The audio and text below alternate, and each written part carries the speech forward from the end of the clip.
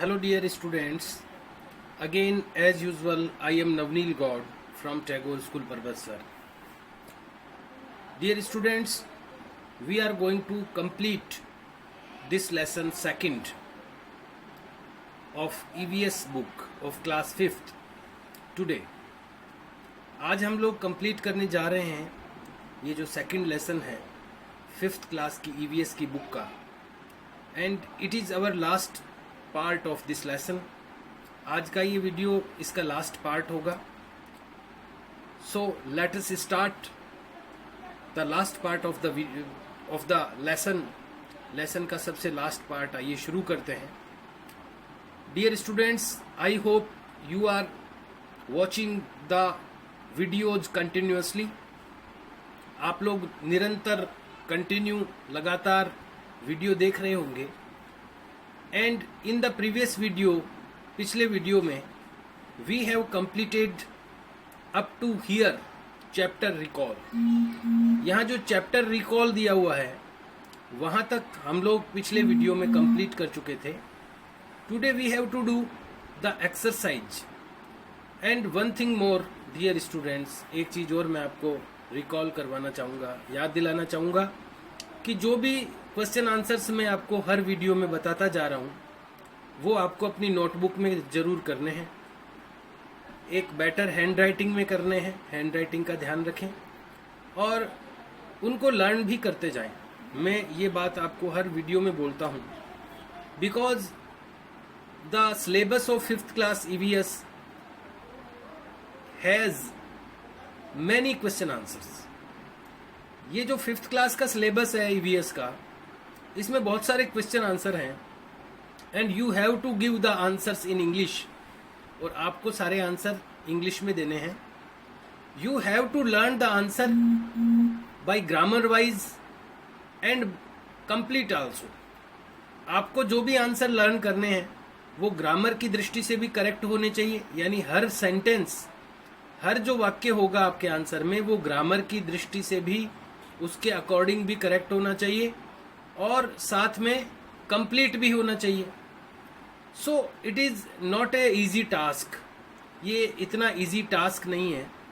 And gradually the course will be remain very heavy. जो धीरे धीरे क्या होगा कि ये जो कोर्स है वो हैवी हो जाएगा बाद में जाकर के, क्योंकि अभी अपन 1-2 लेसन कर रहे हैं, 3, 4, 5, 6 ऐसा जब हम करते जाएंगे और आप अगर इनको लर्न नहीं करते जाएंगे रेगुलर तो बहुत सारे क्वेश्चन आंसर आपके सामने इकट्ठे हो जाएंगे और आप उन्हें फिर नहीं कर पाएंगे. So I am requesting you in each video, every video, हर वीडियो में मैं आपसे ये रिक्वेस्ट कर रहा हूँ कि आप अपना रिटर्न वर्क जरूर करते जाएं और साथ में उनको लर्न करते जाएं. और मैं तो ये भी कहूँगा कि आप लर्न जब करें किसी चीज़ को तो दोनों ओरल और रिटन अपना सेल्फ टेस्ट भी लें. आप ओरली भी आप चेक करें कि आपको लर्न हुआ कि नहीं हुआ, और साथ में रिटन भी आप चेक करें कि आपको लिखने में तो कोई प्रॉब्लम नहीं है, कोई स्पेलिंग की मिस्टेक तो नहीं है. लिख कर भी चेक करें अपने आंसर को, और ओरली भी किसी को सुनाएं अपने घर में. पहले तो आप उसको रिटर्न करें, लिखें अच्छी हैंड राइटिंग में, फिर आप उसको किसी को सुनाएं ओरली, और फिर रिटर्न प्रैक्टिस भी करें. इस तरह से अगर आप प्रिपरेशन करेंगे तो आप बहुत अच्छा कर पाएंगे. So do in this way, इस तरह से आप अपना काम करें. Late us start the remaining questions. जो बचे हुए क्वेश्चन हैं इस लेसन के, काफ़ी क्वेश्चन तो हम कर चुके हैं पिछले वीडियो में और आपने अपनी नोटबुक में भी कर लिए होंगे. आज हम लोग बचे हुए क्वेश्चंस को कंप्लीट करेंगे. The question is remaining now is, जो क्वेश्चन रिमेनिंग है, जो बचे हुए हैं वो हैं एक्सरसाइज. इन एक्सरसाइज कैप्शन, यहाँ पर एक्सरसाइज का जो टॉपिक दिया हुआ है इसमें जो क्वेश्चन है वो और कुछ और क्वेश्चन जो आगे आएंगे वो बचे हुए हैं, उनको हम करेंगे. Question number 1, what reasons are mentioned. क्या रीजन्स, क्या कारण आर मेंशन्ड उल्लेखित किए गए हैं या बताए गए हैं इन द चैप्टर, इस चैप्टर में, फॉर पीपल, उन लोगों के लिए, लिविंग देयर होम्स, जो अपने घरों को छोड़ देते हैं, जो लोग अपने घरों को छोड़कर दूसरी जगह चले जाते हैं, उसके कौन कौन से रीजंस, कारण यहाँ इस लेसन में मेंशन किए गए हैं यानी उल्लेखित किए गए हैं, बताया गया है उनके बारे में। I am telling you the answer, आपको मैं ये स्क्रीन पर आंसर दिखा रहा हूँ, आपको ये आंसर नोट करना है अपनी नोटबुक में और इसको लर्न करना है। तो स्टूडेंट्स, एज यू नो, जैसा कि आप जानते हैं, we have studied many reasons for migration in this lesson. इस लेसन में हम लोग माइग्रेशन के कई सारे रीजंस पढ़ चुके हैं। This is the answer from the lesson, ये आंसर है इस क्वेश्चन का इस लेसन में से। अकॉर्डिंग दिस चैप्टर, इस चैप्टर के अनुसार, फॉलोइंग आर द रीजंस, निम्नलिखित हैं रीजंस, कारण, टू विच, जिनके कारण, दे लीव देयर होम्स, वो अपना घर छोड़ते हैं। ये निम्नलिखित, इस चैप्टर में से निम्नलिखित वो कारण हैं जिनके कारण लोग अपना घर छोड़ते हैं। Number 1, famine. फेमीन का नाम सुना होगा आपने, रूरल एरिया वाले बच्चों ने तो जरूर सुना होगा कि जो नरेगा में काम करने जाते हैं उनके लिए ये भी कहा जाता है कि फेमीन में गए हैं या फेमीन में जाते हैं। तो फेमीन का मतलब होता है अकाल, या अकाल के, जब अकाल पड़ता है कहीं पर तो उसके लिए जो राहत के कार्यक्रम चलाए जाते हैं। जब सूखा पड़ जाता है, फेमिन यानी अकाल या सूखा, तो जब सूखा हो जाता है, अकाल हो जाता है, तो लोगों को सहारा देने के लिए, सपोर्ट देने के लिए कई कार्य चलाए जाते हैं जिसको फेमिन कहते हैं। तो फेमिन यानी सूखा भी है और फेमिन यानी अकाल राहत के कार्य भी हैं। तो फर्स्ट जो कारण है वो है फेमिन यानी सूखा। जब किसी गांव में सूखा हो जाता है तो कुछ लोगों को वहां से अपना घर छोड़ करके और काम धंधे की तलाश में नई जगह पर जाना पड़ता है। तो फर्स्ट जो रीजन यहाँ पर दिया गया है वो है famine. You have to also learn the spelling, spellings भी लर्न करनी है आपको, ध्यान रखिएगा ये। Second reason, migration to cities, शहरों की तरफ माइग्रेशन फॉर हायर एजुकेशन, उच्च शिक्षा के लिए। दूसरा कारण है हायर एजुकेशन के लिए, उच्च शिक्षा के लिए माइग्रेशन, प्रवास।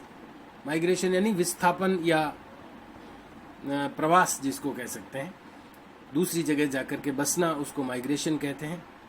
माइग्रेशन यानी एक स्थान छोड़कर दूसरे स्थान पर जाकर के रहना, जिसको प्रवास भी कहते हैं और विस्थापन भी कहते हैं। तो यहाँ पर दूसरा जो रीजन बताया गया वो है हायर एजुकेशन, उच्च शिक्षा के लिए। गाँवों में, छोटी जगहों पर बड़ी स्कूल्स या कॉलेजेस नहीं होते, तो लोगों को अपने बच्चों की हायर एजुकेशन के लिए भी कई बार सिटीज में जाकर के रहना होता है, माइग्रेट करना होता है। नंबर 3, माइग्रेशन टू सिटीज, शहरों में migration in search of business, काम धंधे की तलाश में, और एम्प्लॉयमेंट या रोजगार की तलाश में। बिजनेस यानी उद्योग और एम्प्लॉयमेंट यानी रोजगार। किसी बिजनेस की सर्च में यानी तलाश में, या किसी एम्प्लॉयमेंट यानी रोजगार की तलाश में शहर में जाकर के रहना, ये भी एक कारण होता है। Number 4, after construction of dams, dams यानी बांध होता है, डैम्स के कंस्ट्रक्शन के बाद, कंस्ट्रक्शन यानी निर्माण, डैम्स के कंस्ट्रक्शन के बाद रेसिडेंशियल एरियाज, जो वहां पर आवासीय क्षेत्र होता है जहां लोग रहते हैं, में कम, वो आ सकता है within the range of inundation area, डूबग्रस्त, जिसको आप्लावन क्षेत्र हिंदी में नाम है उसके लिए, जो एरिया डूब जाता है उसको इन अंडेशन एरिया कहते हैं। और भी कई शब्द इसके लिए हैं। यहाँ इन अंडेशन का मतलब है आप्लावन क्षेत्र, जो कि पानी से भर जाता है। तो कई बार डैम्स के कंस्ट्रक्शन के बाद में रेसिडेंशियल जो एरिया होता है, जो आवासीय क्षेत्र होता है, वो इन अंडेशन एरिया में यानी डूबने वाले क्षेत्र में आ जाता है, तो भी लोगों को वहां से छोड़कर अपना मकान जाना होता है कहीं और। तो यहाँ पर ये 4 जो रीजंस बताए गए हैं माइग्रेशन के. You have to write these answers. ये आपको आंसर्स लिखने हैं इस क्वेश्चन के. Now look at the second question. आइए सेकंड क्वेश्चन की ओर चलते हैं. We have complete the first question. The second question. Dear students, I am teaching you from the student advisor books. मैं आपको स्टूडेंट एडवाइजर की books से पढ़ा रहा हूँ. And these books are available on the shop now. और ये shop पे अवेलेबल हो गई है. Who want to buy they can go on the shop. Question number 2. Apart from the reasons mentioned in the chapter. Apart यानी अलग. From the regions उन कारणों से अलग. मेंशन्ड इन द चैप्टर जो इस चैप्टर में मेंशन किए गए हैं. जो इस चैप्टर में जिन कारणों का उल्लेख किया गया है, मेंशन किया गया है, उससे अलग, उसके अलावा. अपार्ट यानी उससे अलावा. व्हाट अदर रीजन्स कौन से दूसरे ऐसे कारण माइट बी देयर हो सकते हैं. फॉर पीपल माइग्रेटिंग लोगों के विस्थापन के लिए, मूविंग के लिए. टू अदर प्लेसेस दूसरे स्थानों पर. मेंशन एनी 5 सच रीजन्स. ऐसे कोई 5 रीजन्स को उल्लेख कीजिए कि 5 ऐसे कारण बताइए, रीजन्स बताइए जो इस बुक में नहीं है. उससे अलग कारण बताइए. और ऐसे कौन से 5 रीजन्स हो सकते हैं जिनके कारण लोगों को जाना पड़ता है, माइग्रेट होना पड़ता है. It is the answer dear students. You can not. Apart from the reasons mentioned in this chapter. इस चैप्टर में जो रीजन्स मेंशन किए गए हैं, इस चैप्टर में जो कारण उल्लेखित किए गए हैं, उससे अलग. द अदर रीजन्स दूसरे कारण. ड्यू टू विच जिनके कारण पीपल माइग्रेट लोग माइग्रेट होते हैं. आर वो हैं. वो कौन से कुछ 5 रीजन्स और बताए गए हैं. First is flood. पहला है बाढ़. बाढ़ एक कारण है. बाढ़ जब आ जाती है तो लोगों को अपना घर छोड़ के जाना पड़ता है, माइग्रेशन करना पड़ता है, माइग्रेट होना पड़ता है. Number 2 avalanche. एवलांच इन हिली एरिया. एवलांच का मतलब होता है बर्फ. पहाड़ों पर जो बर्फ के पहाड़ होते हैं वहां से बर्फ के बड़ी बड़ी चट्टानें खिसक करके नीचे आ जाती है. इसको एवलांच कहते हैं. तो एवलांच इन हिली एरियाज, जो पहाड़ी क्षेत्र होते हैं वहां से एवलांच का होना. जब कभी जो पहाड़ी क्षेत्रों में रहने वाले लोग होते हैं, जब बर्फ के बड़े बड़े टुकड़े उनके ऊपर आके गिर जाते हैं तो वो लोगों को वहां से हटना पड़ता है. तो एवलांच इन हिली एरिया ये भी कारण हो सकता है. नंबर 3 ट्रांसफर्स इन सर्विसेज. जो लोग सर्विस करते हैं, जो नौकरी करते हैं, भले ही वो गवर्नमेंट की सर्विस हो चाहे प्राइवेट सर्विस हो, अगर कुछ लोगों का ट्रांसफर हो जाता है तो उनको एक जगह छोड़कर नई जगह पर जाके रहना होता है. तो ये भी एक कारण होता है लोगों के माइग्रेशन का. ट्रांसफर इन सर्विसेज यानी सेवाओं. ट्रांसफर या सर्विसेज यानी जो नौकरी होती है. वैसे सर्विस का मतलब सेवा होती है, लेकिन यहाँ पर इसका अर्थ नौकरी से, नौकरी में ट्रांसफर हो जाना या स्थानांतरण हो जाना, ये भी एक कारण होता है माइग्रेशन का. Number 4 scissor of land. कोई जमीन को जब्त कर लेना. सीजर यानी सीज कर देना, यानी जब्त कर लेना. सीजर ऑफ लैंड, किसी भी जमीन को, लैंड को सीज कर देना, जब्त कर देना. बाई ए गवर्नमेंट, किसी सरकार के द्वारा. फॉर ए डेवलपमेंटल प्रोजेक्ट, किसी विकास के प्रोजेक्ट के लिए. सरकार कई बार किसी जगह पर बड़ा प्रोजेक्ट लगाने का सोच लेती है, तो वो सरकार उस एरिया की जितनी भी जमीन होती है उसको जब्त कर लेती है.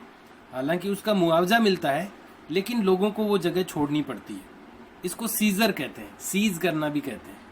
तो ये भी एक कारण होता है. कई बार सरकार जब लैंड को सीज कर लेती है, सीजर कर लेती है, तो लोगों को माइग्रेट होना पड़ता है. It may be also a reason. ये भी एक कारण हो सकता है. Number 5 migration to cities. शहरों में जाना. फॉर हायर एजुकेशन, उच्च शिक्षा के लिए शहरों में जाना. These are the 5 reasons which are not mentioned in the book, in the chapter. ये वो 5 रीजन है जो चैप्टर में नहीं है. Let's go on the third question. तीसरे क्वेश्चन की ओर चलते हैं. The third question is what problems do we do people face, लोग किस तरह की प्रॉब्लम फेस करते हैं, सामना करते हैं, इन गेटिंग सेटल्ड, सेटल होने में, एट अदर प्लेसेज, दूसरे स्थान पर, नए स्थान पर जाकर के जब कोई रहता है तो वो किस प्रकार की प्रॉब्लम्स फेस करता है। फेस करना मतलब सामना करता है, किन किन प्रॉब्लम्स का सामना करता है, किन किन प्रॉब्लम्स को वो फेस करता है।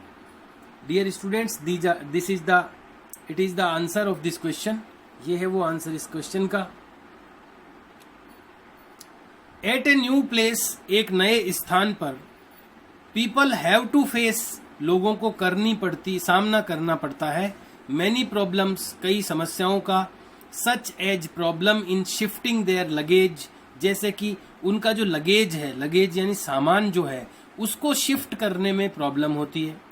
जो भी घर का सामान होता है वो नई जगह पर लेके जाना पड़ता है, तो उसकी शिफ्टिंग में प्रॉब्लम होती है। पहली प्रॉब्लम तो यही होती है। उसके बाद लिखा है searching for a new house, फिर आप जहां पर नई जगह पर जा रहे हैं वहां पर आपको एक नया मकान ढूंढना पड़ेगा, तो उसकी सर्चिंग, उसकी तलाश, ये भी एक प्रॉब्लम है। अरेंजमेंट फॉर फूड, भोजन के लिए व्यवस्था करना, अरेंजमेंट करना, एंड अदर थिंग्स, और दूसरी चीज़ों के लिए भी अरेंजमेंट करना यानी व्यवस्था करना। Searching for a new employment, और जहाँ पर आप जाकर के रह रहे हैं नई जगह पर, वहाँ पर नए रोजगार की व्यवस्था करना, नए काम धंधे की व्यवस्था करना, एम्प्लॉयमेंट की सर्च करना, नया एम्प्लॉयमेंट, नया रोजगार सर्च करना यानी ढूंढना। गुड स्कूल्स और कॉलेजेस फॉर चिल्ड्रन, अच्छी स्कूल या कॉलेज बच्चों के लिए सर्च करना, उसको ढूंढना। एडजस्टमेंट विद न्यू पीपल, नए लोगों के साथ सामंजस्य बैठाना, एटसेट्रा आदि। ये काफ़ी प्रॉब्लम्स हैं जो कि फेस करनी होती है किसी भी नई जगह पर जाकर रहने वालों को। Dear students, I have told you 3 answers for these 3 questions. Now there are examination type questions. ये अब हैं एग्जामिनेशन टाइप क्वेश्चंस। जो भी क्वेश्चन मैंने आपको बताए हैं वो आपको करने हैं। And dear students, I will attach the PDF so that you can write the answer from the PDF from a clear vision. यहाँ मैं आपको वीडियो के साथ में ये PDF भी ऐड कर दूंगा, अटैच कर दूंगा, ताकि आप क्लियरली उसको देख सकें और अपनी नोटबुक में कर सकें। आगे के जो क्वेश्चंस हैं वो गवर्नमेंट बुक में नहीं है, मैं आपको बताना ये चाहूंगा। The next questions are not from government book but these are from student advisor book, so we have to do these questions also. ये जो क्वेश्चंस है ये गवर्नमेंट बुक में नहीं है, ये केवल इसी बुक में है और हम इनको भी करेंगे। एग्जामिनेशन टाइप क्वेश्चंस, परीक्षा उपयोगी प्रश्न। Question number 1, what problems should Bittu have faced, Bittu को क्या प्रॉब्लम फेस करनी चाहिए, व्हेन ही मूव्ड, जब वो गया, टू अनोदर विलेज, दूसरे गांव में। जब बिट्टू का परिवार या बिट्टू, इस लेसन में हमने पढ़ा है, देखो बिट्टू है ना नाम, ये गवर्नमेंट बुक में नहीं है, इस एडवाइजर वाली बुक में है। देखिए गवर्नमेंट का कंटेंट इसमें सेम है लेकिन कुछ नाम बदल दिए गए हैं केवल, और कुछ एक्स्ट्रा चीजें भी है इसमें। तो यहाँ पर बिट्टू नाम से है कि बिट्टू का जो परिवार है, बिट्टू जो है वो गांव में जब गया तो उसने क्या प्रॉब्लम फेस की होगी। तो यहाँ आंसर मैंने लिखा है, आपको भी लिखना है। Bittu's family should faced, Bittu की फैमिली ने फेस करना चाहिए, यानी हो सकता है उसने ये प्रॉब्लम फेस करनी चाहिए। The problems related to accommodation, problems संबंधित, किस किस से संबंधित प्रॉब्लम फेस करनी चाहिए उनको, रिलेटेड टू अकोमोडेशन, एकोमोडेशन यानी रहने की जगह से संबंधित, ऑक्यूपेशन यानी व्यवसाय से संबंधित, एंड मिसिंग हिज विलेज, और अपने गांव को याद आने की प्रॉब्लम है।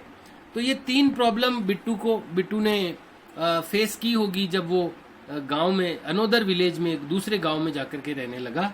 तो ये क्योंकि क्वेश्चन में यहाँ पर शुड का यूज हुआ है, इसलिए हमने आंसर में भी शुड का यूज किया है। जिस पैटर्न पे क्वेश्चन होता है उसी पैटर्न पे आंसर देना चाहिए। So we have written the answer in that level, उसी लेवल पर हमने इसको लिखा है आंसर को। नाउ द नेक्स्ट क्वेश्चन, अगला जो क्वेश्चन है second question, have you moved from your native place to another place? क्या आप कभी अपने नेटिव प्लेस, नेटिव यानी मूल स्थान, जो आपका मेन गांव है, शहर है, जो आपका नेटिव प्लेस है, जो आपका मूल स्थान है, वहां से कभी आप अनदर प्लेस यानी दूसरे स्थान पर कभी मूव किया है क्या आपने? कभी आप दूसरी जगह रहने गए हो क्या? इफ यस, यदि हाँ, देन राइट डाउन, तो फिर लिखिए द रीजंस, उन कारणों को, बिहाइंड योर मूवमेंट, आपके मूवमेंट के पीछे कौन सा कारण था कि आपको जाना पड़ा, and the problems your family experienced while doing so, और वो कौन सी प्रॉब्लम्स आपकी फैमिली ने अनुभव की ये करते समय। तो दो चीजें यहाँ पूछी गई है कि एक तो क्या आपने अपना मूल जो गांव है, नेटिव प्लेस है, वो छोड़कर कहीं दूसरी अनदर प्लेस पर गए हैं कभी आप? तो गए हैं कि नहीं गए हैं, एक तो ये बताना है। दूसरा फिर पूछा है कि क्या कारण था जाने का, क्या रीजन था, और तीसरा पूछा है कि क्या प्रॉब्लम फेस की। तीन बातें पूछी है इसमें। You can write the answer like this, इस तरह से आप अपना आंसर लिख सकते हैं। यस, हाँ, my family moved from my native city, मेरी फैमिली ने मूव किया था मेरे नेटिव प्लेस से, मेरी नेटिव सिटी से, because of government service of my father, मेरे फादर की, मेरे पिताजी की सरकारी नौकरी के कारण। तो दो बातों का आंसर आ गया कि एक तो पूछा था कि किया कि नहीं किया, तो अपने लिखा यस। दूसरा पूछा था कि किस कारण से किया, तो हमने लिखा because of government service of my father, मेरे फादर की गवर्नमेंट सर्विस के कारण किया। और तीसरी बात जो पूछी थी कि क्या क्या प्रॉब्लम आई, we faced the problems related to accommodation, हमने प्रॉब्लम फेस की, एक तो अकोमोडेशन यानी आवास की, रहने की जगह की, मिसिंग अवर रिलेटिव्स, हमारे जो रिलेटिव्स यानी संबंधी है उनको मिस किया हमने, उनकी याद आई, एंड ट्रांसपोर्टेशन, और ये जो सामान ले जाने का जो प्रॉब्लम है, ट्रांसपोर्टेशन यानी यातायात की प्रॉब्लम आई। तो तीनों बातों का आंसर हमने दिया है इसमें। You have to write the answers. The next question is question number 3, mention any one problem, कोई एक प्रॉब्लम मेंशन कीजिए, उल्लेख कीजिए, विच कैन अकर, जो उत्पन्न होती है, if a mother member of your family, यदि आपकी फैमिली का कोई मेंबर गोज आउट, बाहर जाता है, ऑफ सिटी, शहर से, टू गेट एजुकेशन, शिक्षा लेने के लिए। अगर आपकी फैमिली का कोई भी मेंबर एजुकेशन लेने के लिए, शिक्षा लेने के लिए बाहर जाता है सिटी से, तो एक कोई ऐसी प्रॉब्लम बताइए जो वो उसको फेस करेगा। तो हमने एक प्रॉब्लम लिखी है जो सब फेस करेंगे, मिसिंग हिज फैमिली, क्योंकि जब भी कोई बाहर जाता है तो उसको फैमिली की बड़ी याद आती है, तो वो अपनी फैमिली को मिस करेगा, ये प्रॉब्लम तो जरूर फेस करेंगे सब। तो मिसिंग हिज फैमिली, ये एक हमने लिखा है कि एक ही पूछा है इसमें, इसलिए हमने एक जो प्रॉब्लम फेस करेगा वो हमने लिख दिया इसमें। The next fourth question is, where is the Somnath temple situated, Somnath का मंदिर कहाँ स्थित है। सो डियर स्टूडेंट, सोमनाथ मंदिर, ओरिजिनल सोमनाथ मंदिर is situated in Gujarat. Original जो सोमनाथ मंदिर है वो तो गुजरात में है, लेकिन इस लेसन में जो आया है उसमें क्या एक दूसरा सोमनाथ मंदिर का मेंशन किया गया है। तो उसके अकॉर्डिंग तो हमें लिखना है, यहाँ मैंने ऐड नहीं कर पाया मैं इसमें, तो थोड़ा सा आगे आपको 3 वर्ड्स और ऐड करने हैं। अकॉर्डिंग टू लेसन, बस ये आगे ऐड करना है 3 शब्द, अकॉर्डिंग टू लेसन, लेसन के अनुसार। फिर यही लिखना है, Somnath temple is situated in, फिर गुजरात नहीं लिखना, फिर लिखना है आपको डूंगरपुर, ब्रैकेट में राजस्थान। वैसे तो असली जो सोमनाथ मंदिर है वो गुजरात में ही है, प्रसिद्ध जो है, लेकिन इस लेसन के अकॉर्डिंग, इस लेसन में जो आया है एक और सोमनाथ मंदिर है जो कि डूंगरपुर में है, राजस्थान में। तो ये हम लोग इस लेसन के अकॉर्डिंग लिखेंगे। तो आपको ये फिर से मैं बता दूं, आगे जोड़ना है अकॉर्डिंग टू लेसन, यानी लेसन के अनुसार, फिर यही ऐड कर देना है, Somnath temple is situated, Somnath temple स्थित है इन डूंगरपुर, ब्रैकेट में राजस्थान। तो ये इसका आंसर हो जाएगा। नेम ए डैम, एक डैम का नाम बताइए, इन गुजरात स्टेट, गुजरात राज्य में के एक डैम का नाम बताइए, यानी बांध का नाम बताइए जो गुजरात में है। Students, we have studied the name of one dam of Gujarat in the chapter इस चैप्टर में हम पढ़ चुके हैं, एक नाम आया था एक डैम का, Kadana dam. So you have to write the Kadana. Kadana नाम इसमें आप लिख सकते हैं, ये डैम है गुजरात में, तो ये आपको लिखना है। The question answer of this chapter are over now actually, लेकिन यहां पर कुछ और भी क्वेश्चन आंसर दिए गए हैं। Other important questions, these are not in the government books and also not in the student advisor book। ये आंसर क्वेश्चन जो मैं अब बताने जा रहा हूँ, ये न तो गवर्नमेंट बुक में है, न ये इस एडवाइजर वाली बुक में है। These answer and questions are from student adviser refresher. जो रिफ्रेशर बुक आती है एडवाइजर की, उसमें ये अलग से दिए हुए हैं, तो अपन इनको भी क्यों छोड़ें, इनको भी हम कर लें, अपनी प्रैक्टिस ही हो जाएगी। और सारे आंसर हमने बुक में से ही है, इसलिए कोई टिपिकल मैटर नहीं है। तो मैं ये भी आपको बता रहा हूँ, ये भी आपको करना है। और आप इसको अगर वर्क ज़्यादा लेंदी हो गया हो, लंबा हो गया, तो आपको इसको 2 और 3 टाइम में भी कर सकते हैं। थोड़ा एक दिन कर लिया, फिर सेकंड डे कर दिया, क्योंकि मेरा ये वीडियो तो 6 डे के बाद आएगा, तब तक आप इसको कंप्लीट कर लीजिए। जितना आप एक दिन में कर सकते हैं उतना एक दिन में कीजिए, फिर सेकंड 2 पार्ट्स में कर सकते हैं या 3 पार्ट्स में कर सकते हैं, लेकिन अच्छी हैंडराइटिंग में करें और इसको लर्न करें, ये जरूर ध्यान रखें। Now other important questions, objective type questions. Choose the right option. First question, Santu's family was displaced. Santu का जो परिवार था, ये जो है वो गवर्नमेंट बुक से है question. Santu's family was displaced, Santu का परिवार विस्थापित हो गया, किस कारण से? तो इसमें आंसर लिखा हुआ है ए, ड्यू टू फेमिन, सूखे के कारण। गांव में सूखा पड़ गया था, इसलिए वो विस्थापित डिस्प्लेस्ड हो गया। तो यहाँ आप इसको सारे ऑप्शन लिखना जरूरी नहीं है आपको, you can write the right option only, आप केवल सही ऑप्शन को लिख सकते हैं। Now the second question, Kadana dam is located in. Kadana dam कहाँ है, स्थित है? अभी अभी हमने लास्ट क्वेश्चन किया था, गुजरात में है Kadana dam. C, Gujarat. And you have to write the only right option, आपको केवल सही वाला ऑप्शन लिखना है। There is not necessary to write all the options, सारे ऑप्शंस लिखना जरूरी नहीं है, आप केवल करेक्ट वाला ऑप्शन लिखिए। Fill in the blanks. Santu's family lived in the, Santu का परिवार रहता था, कहाँ रहता था? तो इसका आंसर भी दिया हुआ है, देखिए ए, विलेज, विलेज में रहता था, इसमें आपको विलेज फिल करना है। Dheeraj worked in the family on daily basis. Dheeraj काम करता था विलेज में, गांव में, किस आधार पर? तो डेली वेज, यानी रोजाना की मजदूरी के आधार पर, WAGE, ये आपको फिल करना है, डेली के बाद में वेज। और जो भी वर्ड अपन फिल करते हैं उसके नीचे अंडरलाइन जरूर लगाएं। तो धीरज वर्कड यानी काम करता था इन द विलेज, गांव में, ऑन डेली वेज बेसिस, रोजाना दैनिक मजदूरी के आधार पर। C, Govind Ram's family lived in village. Govind Ram का परिवार कौन से गांव में रहता था? तो जनियाना विलेज, यहाँ जनियाना दिया हुआ है, आपको ये फिल करना है। Galiakot is town in district, कौन से डिस्ट्रिक्ट में ये टाउन है गलियाकोट? तो डूंगरपुर डिस्ट्रिक्ट में है, आपको डूंगरपुर फिल करना है। अगला क्वेश्चन मैचिंग का है, कॉलम ए से कॉलम बी को मैच करना है। आपको क्वेश्चन वाला बनाने की जरूरत नहीं है, आप डायरेक्ट आंसर वाला बना सकते हैं।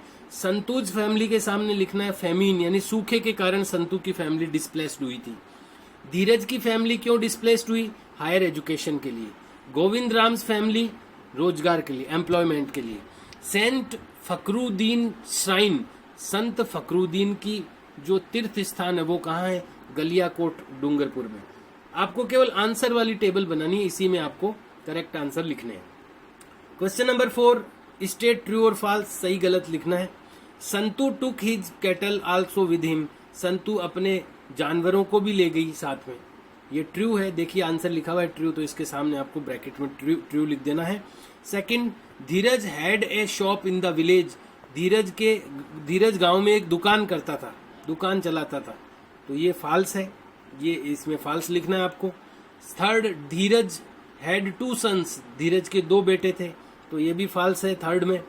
धीरज worked as a guard to at night, Dheeraj रात को एक गार्ड के रूप में काम करता था, ये ट्रू है। और Govind Ram had a general store shop in the village, Govind Ram गांव में एक जनरल स्टोर यानी किराने की दुकान चलाता था, ये ट्रू है। Very short answer type questions. Where had Santu's family migrated due to famine, famine यानी सूखे के कारण संतू का जो फैमिली है वो कहां पर माइग्रेट हुई, कहां पर गई? वो संतू की फैमिली सूखे के कारण, फेमिन के कारण कहां पर गई, कहां माइग्रेट हुई? संतू, आंसर है Santu along with his family, Santu अपने परिवार के साथ हैड माइग्रेटेड विस्थापित हुई टू हिज नेफ्यूज विलेज, अपने भतीजे के गांव में।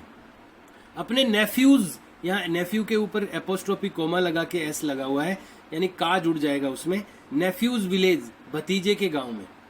Question number 2, in which class did Dheeraj son and daughter study, Dheeraj के बेटा और बेटी किस क्लास में पढ़ते थे? देखो ऊपर आया था धीरज के 2 बेटे थे, तो इसीलिए गलत था क्योंकि यहाँ पर एक बेटा और एक बेटी है उसकी।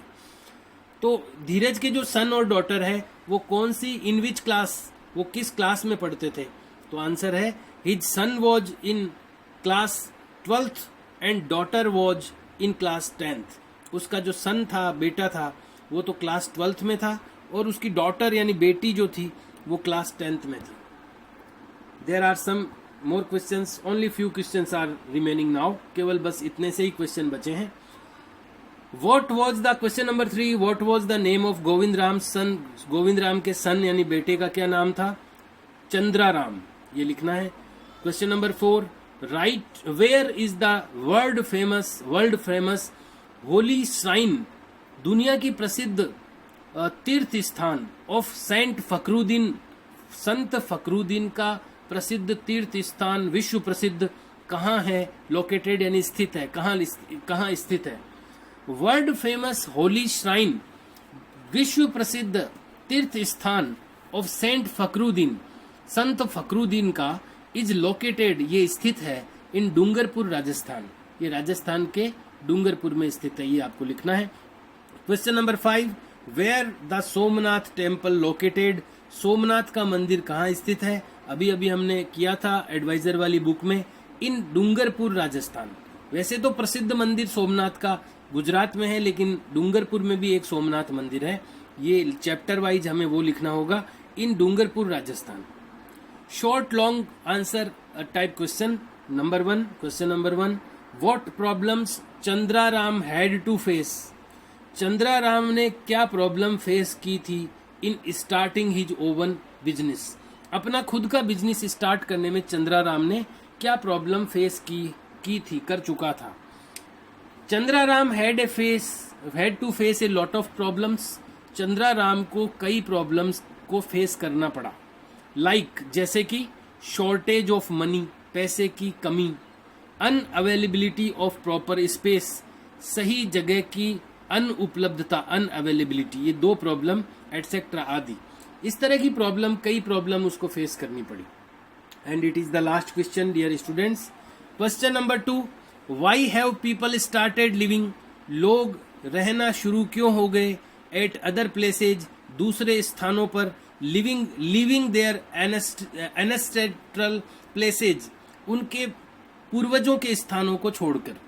एंसेस्ट्रल, यहाँ एंसेस्टर का मतलब पूर्वज होता है, एंसेस्ट्रल का मतलब है पूर्वजों का, एंसेस्ट्रल यानी पैतृक भी कह सकते हैं अपन, पिताओं का, दादाओं का।